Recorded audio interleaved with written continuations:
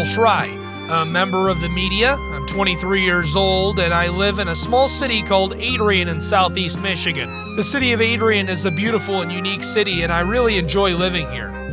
I've been wanting to try and capture the story of the City of Adrian and the essence that makes this city so unique, tough, and beautiful, and display it to the world. This documentary is one of my ways of doing that. The City of Adrian is a unique and financially diverse portion of Michigan. It is a city that has nearly collapsed financially a handful of times, but has overcome the circumstances time and time again. This is the story of the City of Adrian and its financial history. Three big companies helped to kick off the financial progress in Lenawee County just after the Civil War. In the 1850s, rail cars came to Adrian. It grew through the 60s and was well established by the 1870s. The rail car business was one that worked on all kinds of rail cars, from cattle haulers to passenger cars for their trains. However, the business went as quickly as it came. It diminished through the 80s and phased out in the 1890s. The rail car company and industry in the City of Adrian was replaced by the Page Fence Company, a wire fencing company that originated in the city. It shipped its goods as far as Russia and Asia. This made Adrian a large city for the time and the fence capital of the entire world. Mr. Page, founder and owner of the company, was first and last a farmer and stockman. He was born that way, brought up on a farm, and after the war, a farmer by choice. The labor and cost of farm fences early attracted his serious consideration, and years of study and experimenting developed the combination of principles as applied in what later came to be acknowledged as the standard woven wire fence of the world. His company was established in 1886. Its signage proudly proclaimed Page Fence Company, manufacturers of coiled spring woven wire fencing, wrought iron fencing, farm gates, rods, wires, and staples. And on everything they made, they would print, "Made in Adrian, Michigan, USA." The proud company is a huge piece of Adrian's history. It sponsored the highly successful Page Fence Giants baseball team, one of the top black baseball teams in the late 1800s. The fencing giant helped to usher in the auto industry for southeast Michigan and Adrian.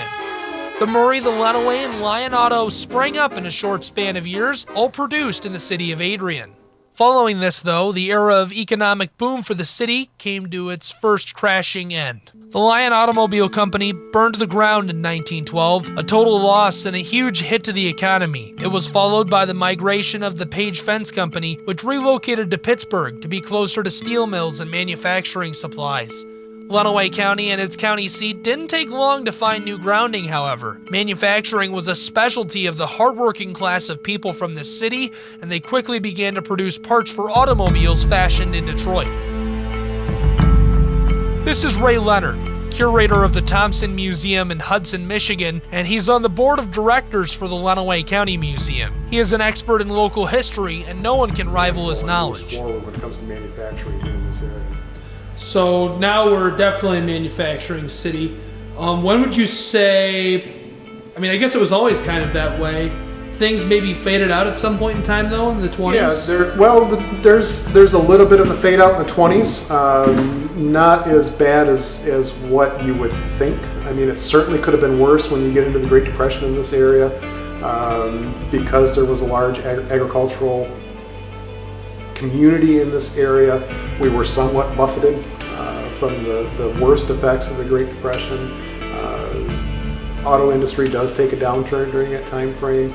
It consolidates back into the sort of within the border walls of Detroit, if you will. But really, pretty early on, you know, the Lend-Lease Act, the things that are going on in Europe at that time frame, the kind of the clouds of war that are building. You know, Lenawee gets back on its feet fairly quickly when the war industry really kicks in. And that's going to kick in 38, 39, 40, even before Pearl Harbor, before war is declared. Ford is shipping stuff off overseas to the Brits. And so there's a pickup in industry here, and it booms again during World War II. And boom it did, right through into the 60s. But in the 1960s and 70s, Lenawee County and Adrian, Michigan faced another economic downturn. The Japanese auto industry was beginning to play a factor in the American market. As vehicles began to be sold and come into American soil, it left question marks in production. Adrian's strong suit. Economic downturns like this had held Adrian's population down.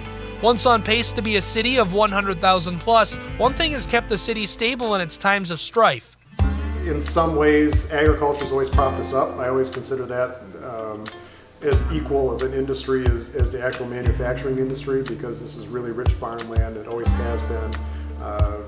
When the county settled in the 1830s, 1840s, by the 1850s, this is a breadbasket for both Detroit and Chicago. So there's always that kind of background, the agriculture, that kind of levels the playing field a bit when you're coming to talk to the economy. But even at that rate, Lenawee and Adrian only have so much land, meaning growth is limited. In the 1980s and 1990s, farming began to shift. Farming became less and less of a mom-and-pop industry and more of a go big or go home industry. These factors were a large part of what has held down the population and success rate of such a unique city. 90s come, we get into the 2000s, and retail and the way people buy things and make money changes really fast. There's a lot more stores than there used to be to walk into, and just as soon as those pop up, they start to die after a decade or so because of online shopping. Right. And that's something that's really had a big impact on the city of Adrian, wouldn't you say? Well, I think certainly it has. You can argue that starts in the 1980s. The idea that, college kids, when you talk to them, high school kids, when I was in school, in the 90s, it's, well, where do you want to go to shop? It's, we're going to go to the big malls, whether that's in Ann Arbor, that's in Toledo. We want those big brand names, and that's just something that, a local mall with a population, city population of around 20,000, you're not going to get your Abercrombie and Fitch. You're not going to get your kind of trendy stores that kids are into. They're more anchor stores. So where we had the Penny store, we had the Elder Beerman's, we had the Sears, kind of those mainstays of America type thing where mom, grandma, there's some kid clothes there, your basic utility things. People are, I'm going to Ann Arbor, I'm going to Toledo. That's what I want to do. And then you hit the 90s where it's I can buy stuff online. Now you get into the 2000s. Today, Amazon, huge player. Everybody's price shopping. Okay, I can buy this locally for 25 bucks. I can get it online, free shipping for 19. It's everybody's looking for that deal. Everybody's looking for that bargain. And so where there were downtown anchor stores, up through the early 80s, you had a Klein's down there. Penny's had moved out to the mall. When the mall was built, there starts to be a changeover. So the building that we're in today, the Historical Society, was the library. The library goes into the old J.C. Penney building. There's some of that shift down there. And, today you've got a quarter of the downtown. Everybody's feeling good. There's lots of activity down there, which is great. But this is also a place where the city owns a quarter of a block downtown. So you're never going to get that huge retail. It's going to be niche stores. It's going to be those unique things, and it's not so much, okay, we're going to go to Ann Arbor for the unique. We're not going to go to Toledo for the unique. We're starting to get the unique here in town. The mall in Adrian is in pretty rough shape. Through the years, the city has lost tons of critical businesses. This includes Marilad Cabinetry, a company that employed a large portion of the population. Other major players that have faded are Fisher Body and Tecumseh Products in neighboring Tecumseh, Michigan. For at least in the city of Adrian, I always say there are a couple things that seem to have righted the ship. It's not always the popular opinion, but it's my opinion, and it's education and healthcare. I mean, those are the two big players now in this community. You look at the three colleges that are here in this town: Adrian College, Siena Heights University, Jackson College. They employ a lot of people. They bring a lot of revenue in because you've got, I don't know what Adrian College is up to, about 2,200 students. There's at least 1,500 students over at Siena Heights. Jackson College, mainly local kids, but again, it's another student body where there's anywhere from 500 to 1,000 kids that are here in town, and then there's all the associated businesses with it. Leonard is talking about the effect students have on the economy in the county. Students tend to spend more money on foods and leisurely things that are enabled by their careless weekend dollars. One man has to orchestrate the development and process for a city, and in Adrian, that man is Shane Horn. Since 2008, since we lost, even before that, when we lost significant manufacturing base, some homegrown businesses in the city, I think what's been gratifying for me to see is the public-private partnerships that we've had. Those folks that have been in our community for years that have stepped forward and have reinvested into our community. You know, the Strong Back project downtown is a good example of that. That's been a concerning building for many years, our oldest building downtown. To see that redeveloped and transformed into what it is today, with the commercial spaces going to be done soon. Those are exciting things to talk about and to see, because the city can't crawl out of this recession by itself. It has to be partners. It has to be private partners as well as public partners that help us achieve that. And it's been gratifying to see that partnership that has formed since the recession in 2008. We were at a very low spot. Obviously, the city was. We've kind of dug our way out of that and are kind of moving our way forward. And it's been a lot of hard work from city staff standpoint.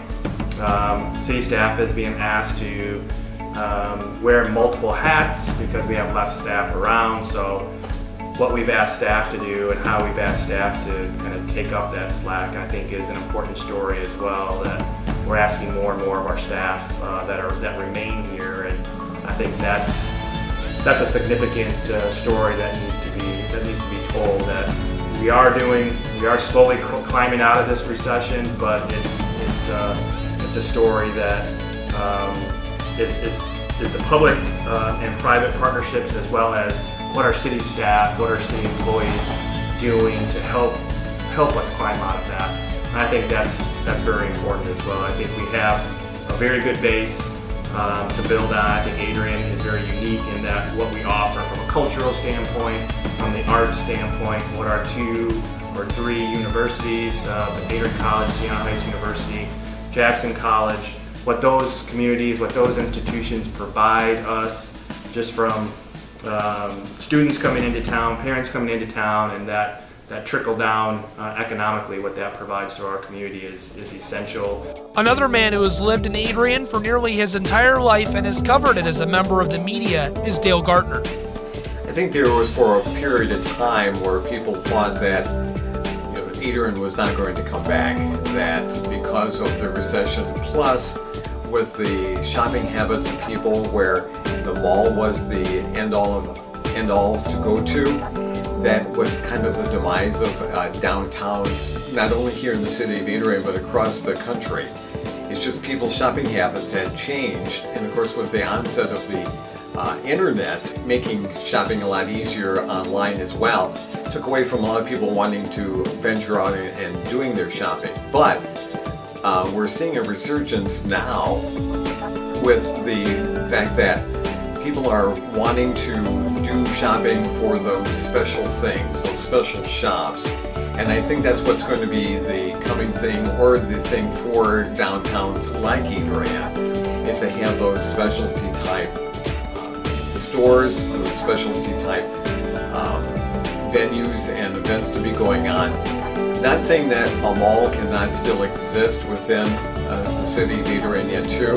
I think it's going to be taking a different aspect. It's going to look a lot different. It's going to be more an event type situation for the mall, to where it's not going to be centered so much around retail like they were before.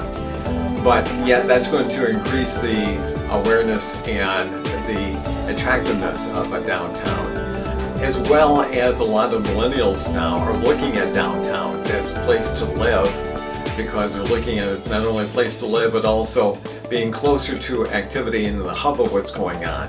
And with that, retail and other type of businesses will follow that as well, because they're going to be attracted by that type of an audience, or that type of resident in downtown.